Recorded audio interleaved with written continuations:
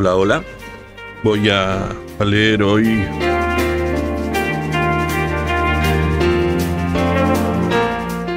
a Vladimir Vladimirovich Nabokov.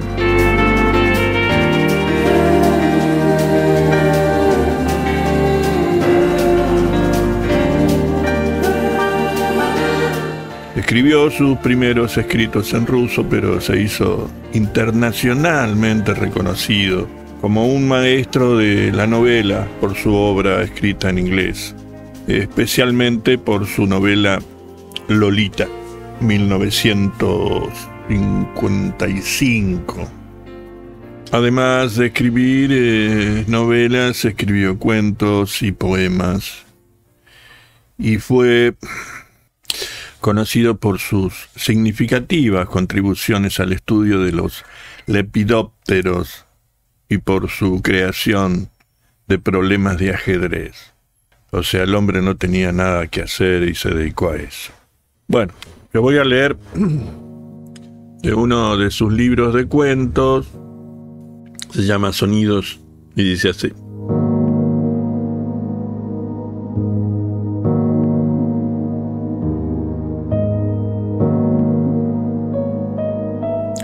Fue necesario cerrar la ventana. La lluvia golpeteaba contra el alféizar y salpicaba el parquet y los sillones, con un sonido escurridizo y fresco. Unos enormes espectros de plata corrían veloces por el jardín, a través del follaje y a lo largo de la arena anaranjada. Los desagües chasqueaban metálicos y se atascaban. Tú tocabas a Bach. Habían levantado la cola laqueada del piano, y bajo el ala descansaba una lira y unos pequeños martillos desgranaban un chapoteo de oleaje sobre las cuerdas. El tapiz de brocado, arrugado en toscos pliegues, se había deslizado en parte de la cola del piano, dejando caer una partitura abierta sobre el suelo. De tanto en tanto, a través del frenesí de la fuga, tu anillo tintineaba contra las teclas, mientras, incesante, magnífica, la lluvia de junio insistía en salpicar los paños de la ventana, y tú sin dejar de tocar y ladeando ligeramente la cabeza, exclamabas al ritmo de tus dedos: esta lluvia, voy a anegar la lluvia hasta negarla. Pero no pudiste. Abandoné los álbumes que descansaban sobre la mesa, ataúdes de terciopelo, y me puse a observarte y a escuchar la fuga, la lluvia. Un sentimiento de frescura fluyó en mí, como aroma de claveles húmedos que gotearan de todas partes, de las estanterías, de la cola del piano, de los diamantes rectangulares de la araña de cristal. Tuve una aguda sensación de equilibrio embelesado al percibir la relación musical existente entre los espectros de plata de la lluvia y tu espalda inclinada, que se estremecía cuando apretaban los dedos contra el oleaje brillante de las teclas. Y cuando luego me encerré en mí mismo, el mundo todo parecía así, homogéneo, congruente, limitado por las leyes de la armonía. Yo mismo, tú, los claveles. En ese momento todo ello se convirtió en unas cuerdas verticales sobre un pentagrama musical. Me di cuenta de que todo el mundo era un juego recíproco de partículas idénticas que albergaban diferentes tipos de consonancias. Los árboles, el agua, tú. Todo estaba unificado, todo era equivalente, divino. Te levantaste. La lluvia seguía cegando la luz del sol. Los charcos parecían agujeros en la arena oscura, rendijas que nos introdujeran en otros cielos que resplandecían en su camino subterráneo. En un banco, brillante como porcelana danesa, estaba tu raqueta olvidada. Las cuerdas se habían vuelto pardas con la lluvia, y su moldura se había combado hasta adoptar la forma del número 8. Cuando arribamos al camino, me sentí algo mareado con el abigarramiento de las sombras y el aroma de los hongos que empezaban a pudrirse. Te recuerdo dentro de un fortuito retazo del sol. Tenías la espalda erguida y tus ojos pálidos miraban cenicientos. Cuando hablabas, cortabas el aire con el filo acerado de tu mano menuda y con el destello de la pulsera que anudaba tu muñeca. Tu pelo se desvanecía al enredarse en los rayos del sol que temblaban en el aire y en su entorno. Fumabas mucho y con nervios, echabas el humo por la nariz y te desprendías de la ceniza con un golpecito desdeñoso. Tu casa de campo gris de paloma estaba a 5 vertas de la nuestra. Su interior era frío, suntuoso, una pura reverberación. Había aparecido fotografiada en una elegante revista de la ciudad. Casi todas las mañanas me encaramaba al cuero del sillín de mi bicicleta y tomaba el camino que crujía a mi paso y atravesaba el bosque y luego tomaba la carretera y atravesaba el pueblo y volvía a tomar otro camino que llevaba hasta ti. Tú contabas con que tu marido no iba a venir en septiembre y no teníamos nada, tú y yo, ni las murmuraciones de tus criados, ni las sospechas de mi familia. Cada uno de nosotros, a su manera y de forma diversa, confiaba en el destino. Tu amor era un punto sordo, como lo era tu voz. Casi se podría decir que amabas de soslayo, y nunca hablabas de amor. Eras una de esas mujeres habitualmente poco habladoras, a cuyo silencio uno se acostumbra inmediatamente, pero de vez en cuando algo en ti explotaba, y entonces tu Einstein, gigante, atronaba el espacio, o si no, miraba el infinito vagamente. Me contabas hilarantes anécdotas que le habías oído a tu marido o a sus compañeros de regimiento. Recuerdo tus manos pálidas, alargadas, y sus venitas azules.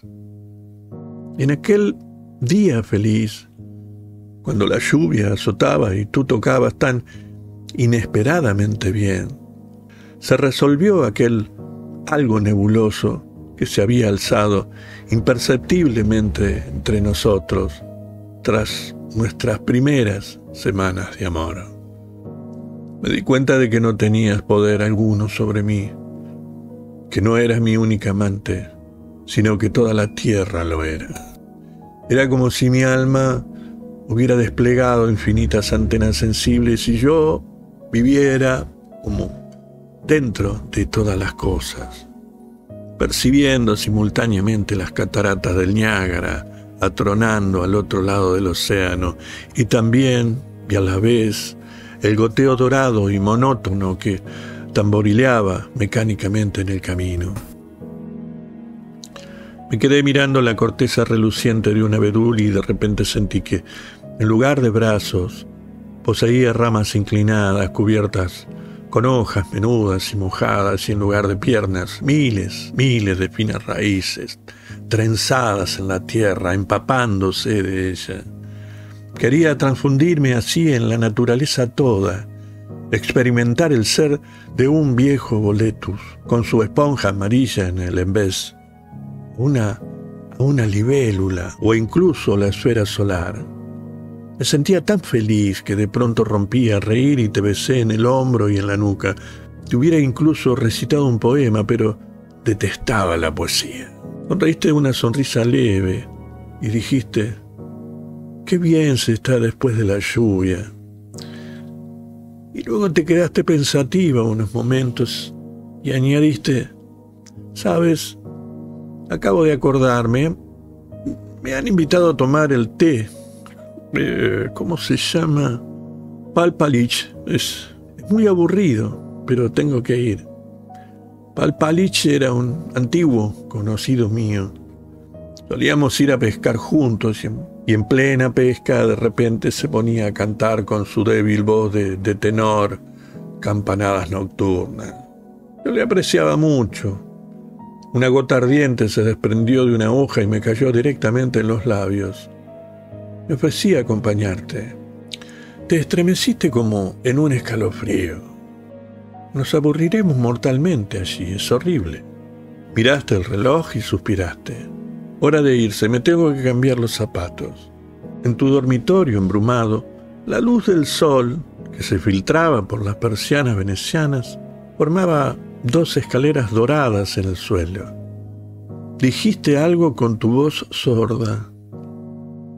Al otro lado de la ventana, los árboles respiraban y goteaban en un crujido de contento, y yo, sonriendo con el crujir de la lluvia, te abracé levemente y sin avidez.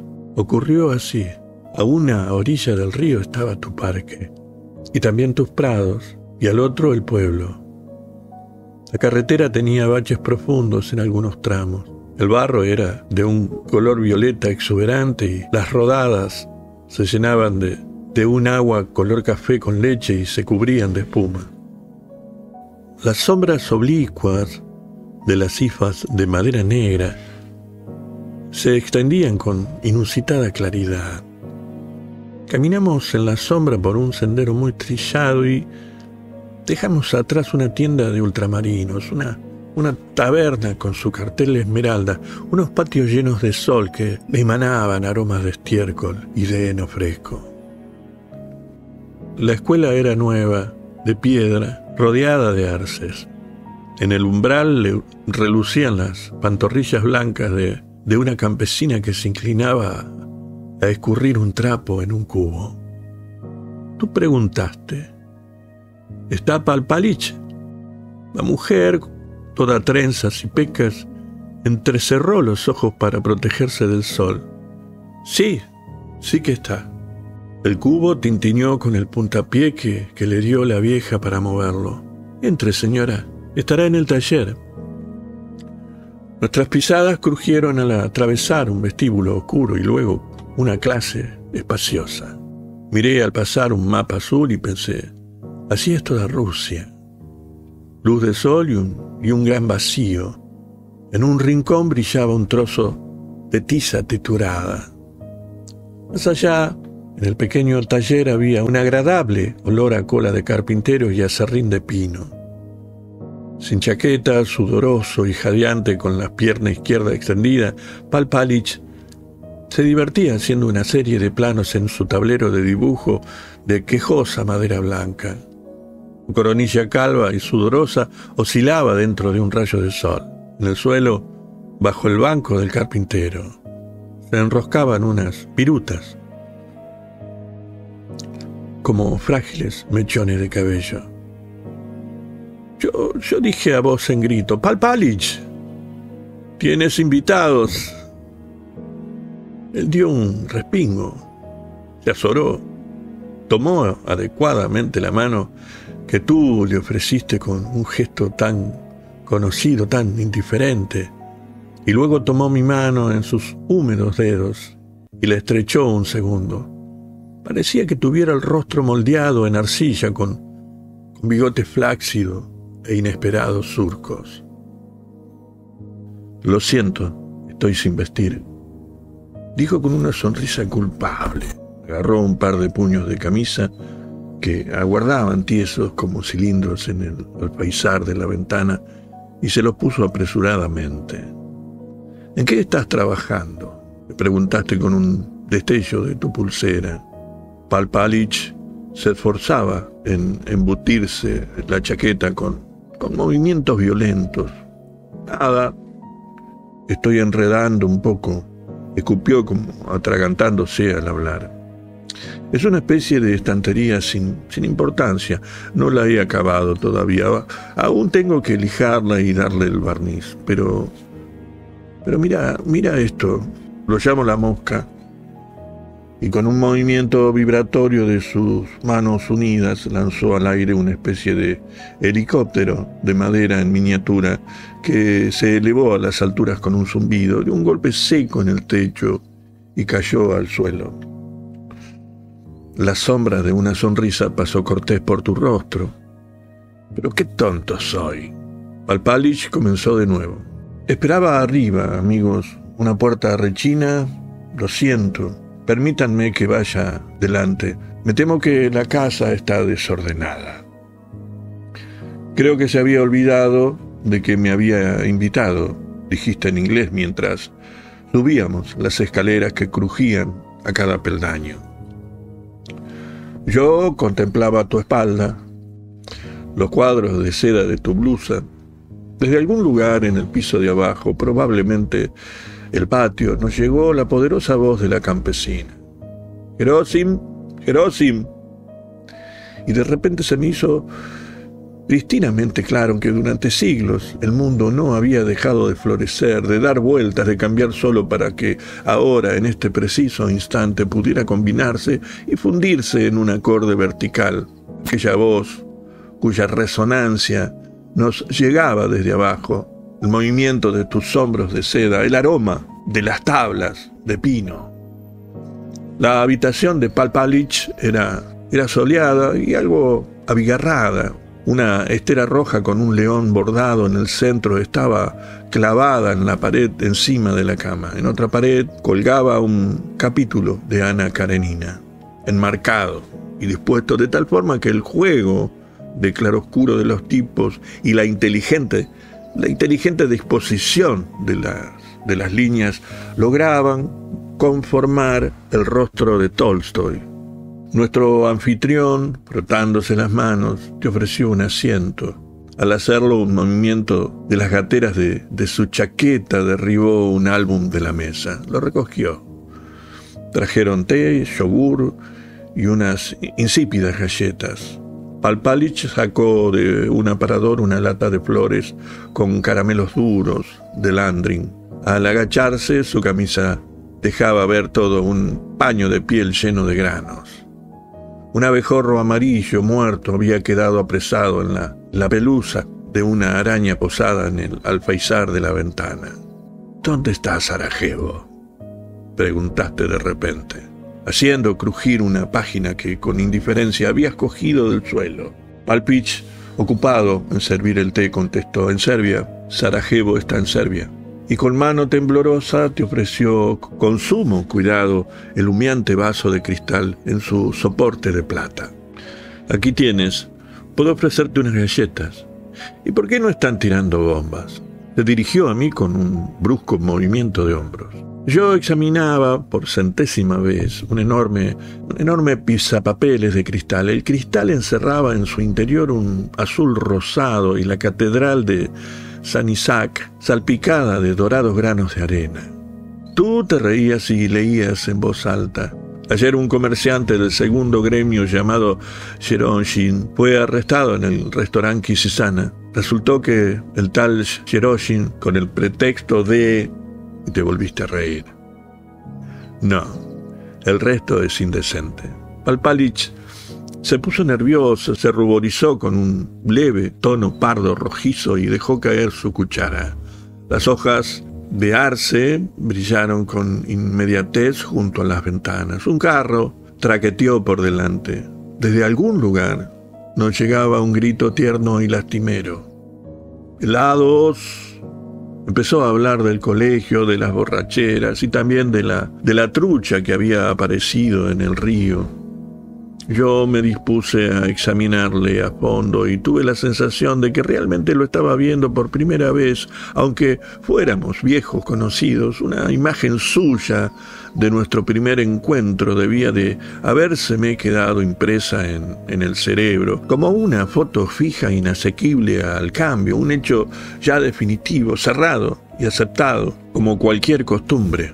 Cuando por alguna razón me había venido el recuerdo, la imagen de Pal Palić, su rostro no solo tenía un bigote rubio pálido, sino también una pequeña barba que hacía juego con aquel. Una barba imaginaria, es una característica de muchos rostros rusos. Pero ahora, después de haberle concedido un aspecto concreto, por así decir, con mi mirada interna, vi que en realidad tenía la barbilla redonda, lampiña e indecisa, ligeramente partida. Tenía una nariz carnosa y me di cuenta de que en su párpado izquierdo tenía un lunar que le hubiera arrancado con muchísimo gusto, pero cortarlo hubiera significado matarlo. Aquel pequeño bulto le contenía total y exclusivamente. Cuando me hube dado cuenta de todo esto, y una vez que lo hube examinado en profundidad, hice el más imperceptible de los movimientos, como si quisiera empujar a mi alma a que se deslizara pendiente abajo y me deslice dentro de Pal Palić.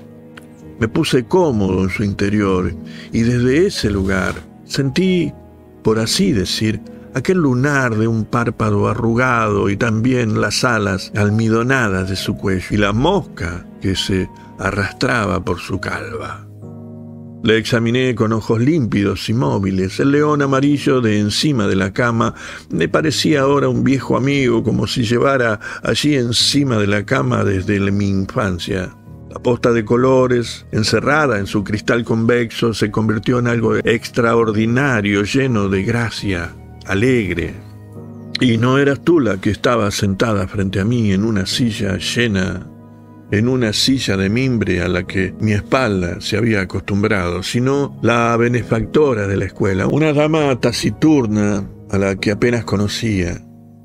Y sin solución de continuidad, con la misma ligereza de movimientos, me deslicé dentro de ti. Percibí la cinta de tu liga encima de la rodilla y un poco más arriba el cosquilleo de la batista. Y pensé, poniéndome en tu lugar, que era todo muy aburrido, que hacía calor, que querías fumar. En ese preciso momento sacaste del bolso una pitillera de oro e insertaste un cigarrillo en tu boquilla. Y yo estaba dentro de todo y de todas las cosas, de ti, del cigarrillo, de la boquilla, de Pal Palić, enredándose torpe con sus cerillas, del pisapapeles de cristal, del abejorro muerto en el alféizar de la ventana. Sí, yo estaba dentro de todo. Han pasado muchos años y no sé dónde estará ahora el tímido y abotorgado Pal Palić. A veces, sin embargo, cuando mis pensamientos vuelven al territorio que le son ajenos, lo veo como en un sueño soportando al escenario de mi existencia ordinaria. Entra en una habitación con su porte sonriente y remilgado, con su Panamá viejo en la mano. Inclina la cabeza al andar, se limpia la calva y el rubicundo cuello con un enorme pañuelo. Cuando sueño con él, tú apareces invariablemente atravesando mi sueño con aspecto perezoso y con una blusa de seda escotada. Aquel maravilloso y feliz día yo no estaba especialmente locuaz. Engullí los resbaladizos trozos de requesón y me esforcé por percibir hasta el más mínimo ruido. Cuando Pal Palić se callaba, yo oía como murmuraba su estómago, un chirrido delicado, seguido de un mínimo borboteo, después de lo cual se limpiaba la garganta sin ningún rubor y empezaba a hablar de cualquier cosa a toda prisa, balbuceando sin lograr encontrar la palabra justa. Fruncía el ceño y empezaba a tamborilear con los dedos en la mesa. Tú estabas reclinada en el sofá abajo, impasible y en silencio. Girando la cabeza a un lado y alzando tu anguloso hombro, me lanzabas miradas desde el fondo de tus pupilas mientras te ajustabas las horquillas del pelo anudado detrás de tu cabeza. Tú creías que yo me sentía molesto delante de Pal Palić porque habíamos llegado juntos y él hubiera podido imaginarse nuestra relación. Y a mí me divertía que tú pensaras eso, y me divertía la forma melancólica y sorda en la que Pal Palić se ruborizó cuando deliberadamente tú mencionaste a tu marido y su trabajo. Delante de la escuela, el ocre caliente del sol chapoteaba detrás de los arces. Desde el umbral, Pal Palić nos saludó y nos dio las gracias por acercarnos y luego volvió a saludar desde el pasillo y un termómetro brillaba blanco, cristalino, en el muro exterior. Cuando dejamos atrás el pueblo, cruzamos el puente y nos disponíamos ya a subir por el sendero que conduce a tu casa. Yo te abracé y tú me lanzaste destellos de esa mirada especial y que me dijo que eras feliz. De repente tuve el deseo de contarte las pequeñas arrugas de Pal Palić y el San Isaac con lentejuelas, pero Tan pronto como empecé a hacerlo, tuve la sensación de que me venían a la boca las palabras equivocadas, palabras extravagantes, y cuando tú, con toda ternura, dijiste decadente, yo cambié de tema. Sabía lo que necesitabas, sentimientos sencillos, palabras sencillas. Tu silencio era un silencio fácil y sin viento, como el silencio de las nubes o de las plantas. Todo silencio es el reconocimiento de un misterio. Muchas cosas en ti parecían misteriosas. Un trabajador, con una blusa hinchada por el viento, afilaba con fuerza y con ruido su guadaña. Unas mariposas flotaban por encima de las flores escabiosas que no habían caído con la siega. Por el camino venía hacia nosotros una joven con una pañoleta verde claro en sus hombros y margaritas en el pelo. Yo ya la había visto 1 o 2 o 3 veces y su cuello esbelto y moreno se me habían quedado fijado en la memoria. Al pasar, sus ojos un punto achinados te tocaron atentos. Y luego, saltando con cuidado, la zanja desapareció detrás de los alisos. Un temblor de planta atravesó la maraña de matorrales. Tú dijiste, apuesto a que se estaba dando un buen paseo en mi parque. ¿Cómo detesto a estos veraneantes? Un fox terrier, una perra ya vieja, trotaba por el camino junto a su amo. Tú adorabas los perros. El animalillo trepó hasta nosotros, apoyándose en la tripa y con las orejas iniestas. Se llegó hasta tu mano extendida y empezó a dar vueltas mostrándonos sus partes, que parecían un mapa de manchas. Cariño, cariño, le dijiste con esa voz tuya, tan especial, tan cariñosa y medio enfadada al mismo tiempo. El fox terrier, después de revolcarse unas cuantas veces, dio un exquisito chillido y se fue trotando y dio un salto, atravesó la zanja. Cuando ya nos acercamos a la verja del parque, tú decidiste que querías fumar, pero después de revolver en tu bolso, cloqueaste dulcemente. ¡Qué tonta soy! Me dejé la boquilla en su casa. Me rozaste la espalda. Querido, corre y vete a buscarla. Si no, no puedo fumar. Me reí mientras besaba tus párpados palpitantes y tu estrecha sonrisa. Me gritabas mientras corría. ¡Date prisa! Me puse a correr, no porque tuviera una gran prisa, sino porque todo en mi entorno corría al unísono. La iridiscencia de los matorrales, las sombras de las nubes sobre la hierba húmeda, las flores moradas apresurándose a encerrar sus vidas en hondonadas y barrancos antes de que llegara el relámpago del segador. 10 minutos más tarde, jadeando y acalorado, me encontré subiendo las escaleras de la escuela. Golpeé con el puño la puerta parda. El muelle de un colchón gimió en el interior. Giré la manivela, pero la puerta estaba cerrada con llave. ¿Quién anda ahí?, preguntó la voz sofocada de Palpalish. Yo grité, «¡Vamos ya, déjame entrar!». El colchón chirrió de nuevo y se oyeron las pisadas de unos pies descalzos. «¿Quieres decirme para qué te encierras, Palpalish?». Me di cuenta al momento de que tenía los ojos rojos. «Entra, entra. Me alegro de verte. Ya ves, estaba dormido. Entra». «No, nos olvidamos una boquilla aquí», dije tratando de no mirarle. Por fin encontramos la boquilla de esmalte verde bajo el sillón. Me la metí en el bolsillo. Palpalish se sonaba estruendosamente con un pañuelo. «Es una persona maravillosa», dijo inoportuno, dejándose caer pesadamente en la cama. Suspiró y miró de soslayo. Hay algo en las mujeres rusas, un cierto...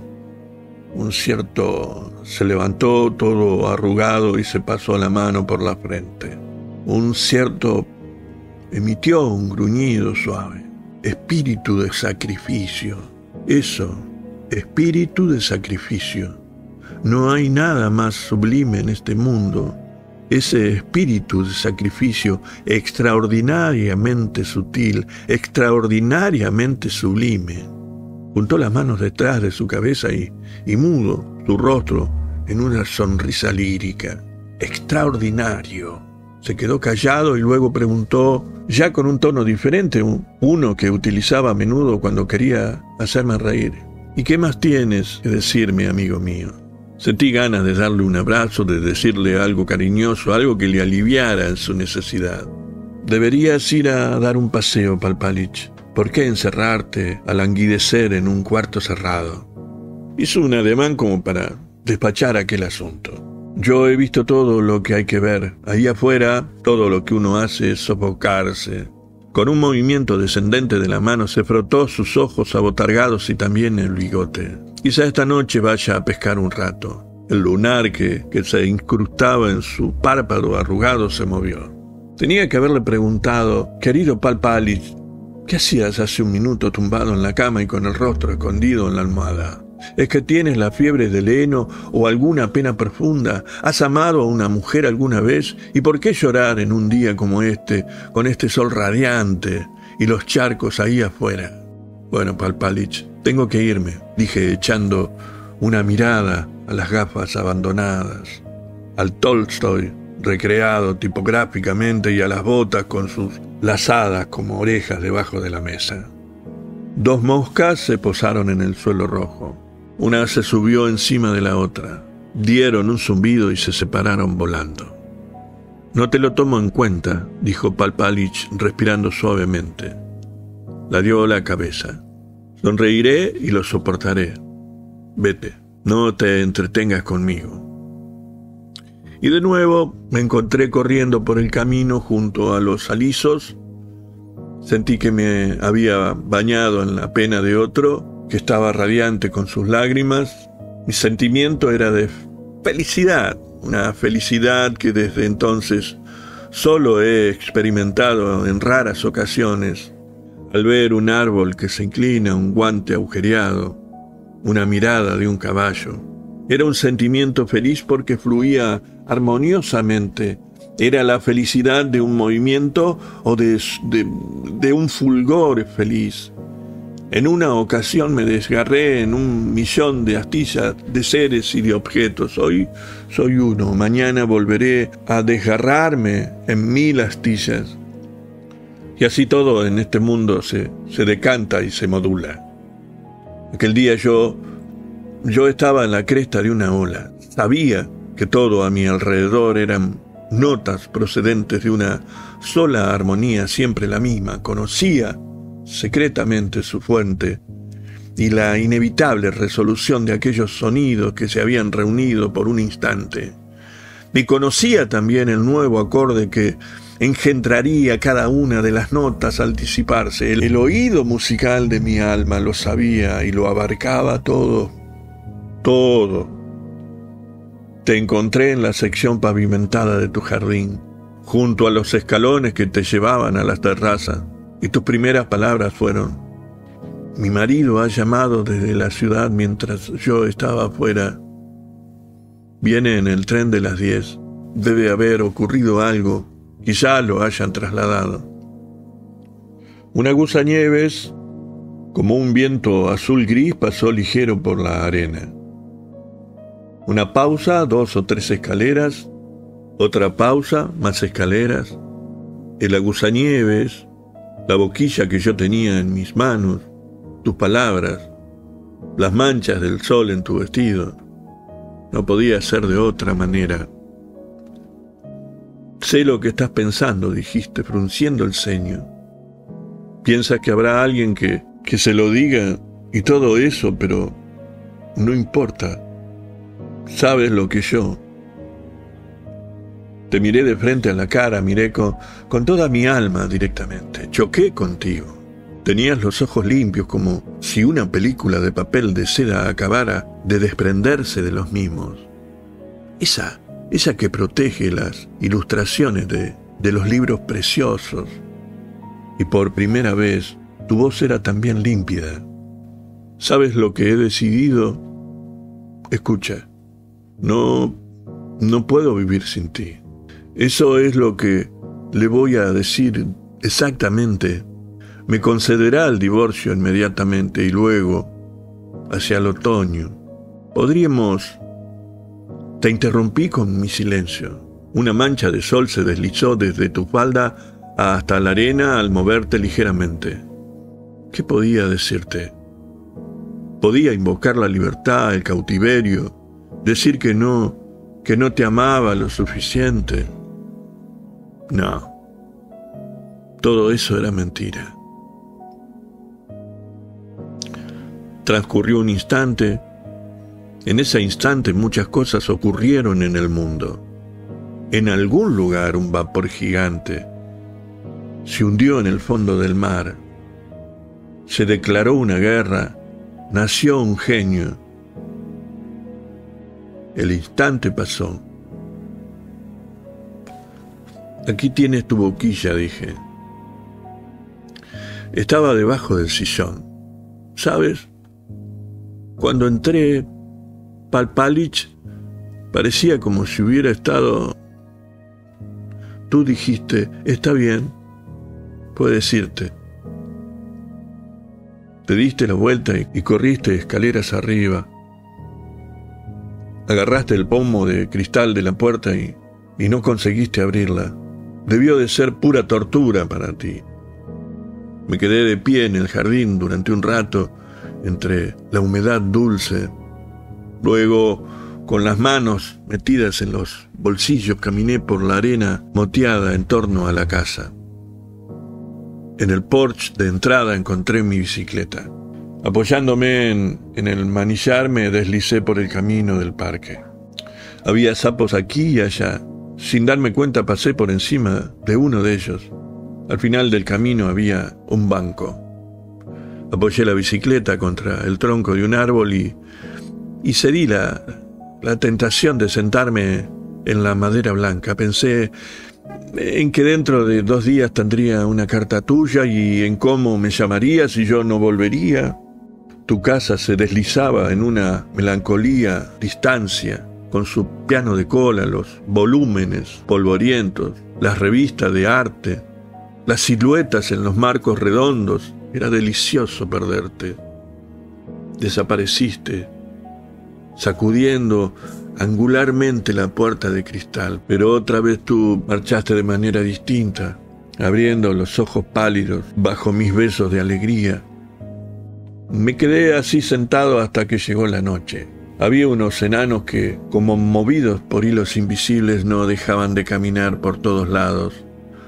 De repente, en algún lugar cercano, percibí un brillo abigarrado. Era tu vestido y tú estabas. ¿No habían muerto ya las últimas vibraciones?